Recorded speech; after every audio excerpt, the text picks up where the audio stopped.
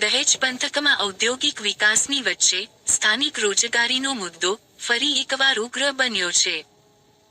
વાગરા તાલુકાના કડોદરા નજીક આવેલી બીવીસી કંપનીના ગેટ બહાર સ્થાનિકો અને લેન્ડલુઝર પરિવારોએ ધરણા કરી રોજગારી સહિતના લાંબા સમયથી પડતર પ્રશ્નો સામે ભારે વિરોધ નોંધાવ્યો હતો.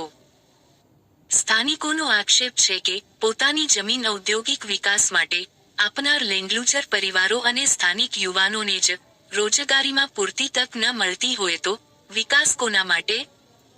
સ્થાનિકોએ કંપનીમાં સ્થાનિક યુવાનોને પ્રાથમિકતા આપવા તેમજ વર્ષોથી પડતર પ્રશ્નોનો તાત્કાલિક ઉકેલ લાવવાની ઉગ્ર માંગ કરી હતી.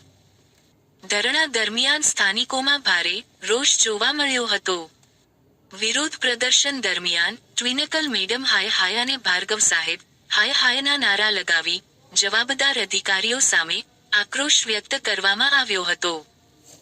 સ્થાનિકોએ સ્પષ્ટ શબ્દોમાં જણાવ્યું હતું કે રોજગારી અને હકના પ્રશ્ને હવે માત્ર આશ્વાસન નહીં પરંતુ નક્કર નિર્ણય અને અમલ જોઈએ.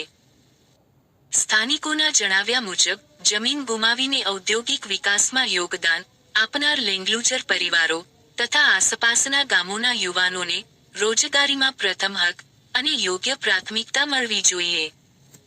કંપની મેનેજમેન્ટ દ્વારા પ્રશ્નોનું નિરાકરણ નહીં આવે તો આગામી દિવસોમાં આંદોલનને વધુ ઉગ્ર બનાવવાની ચીમકી પણ આપવામાં આવી છે.